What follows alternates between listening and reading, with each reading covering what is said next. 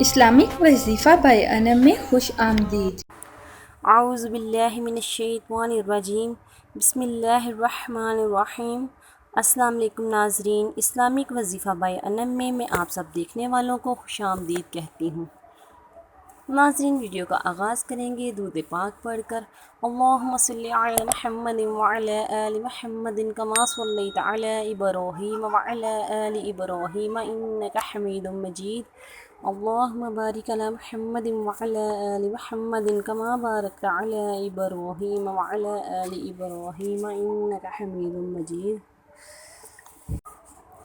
ناظرین، چلتے ہیں ہم اپنے آج کے وظیفہ کی طرف۔ بہت ہی مجرب اور آزمودہ وظیفہ ہے، انشاءاللہ تعالیٰ اس کی برکت سے آپ کا ہر قسم کا مقصد پورا ہو جائے گا۔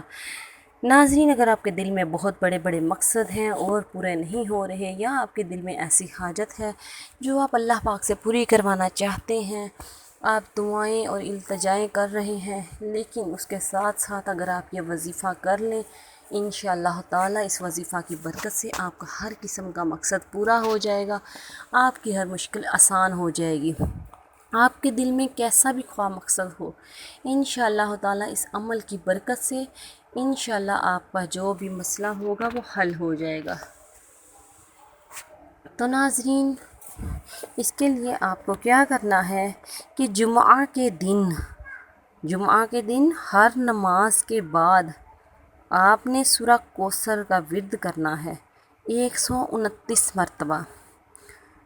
سورہ کوثر آپ نے پڑھنی ہے 129 مرتبہ۔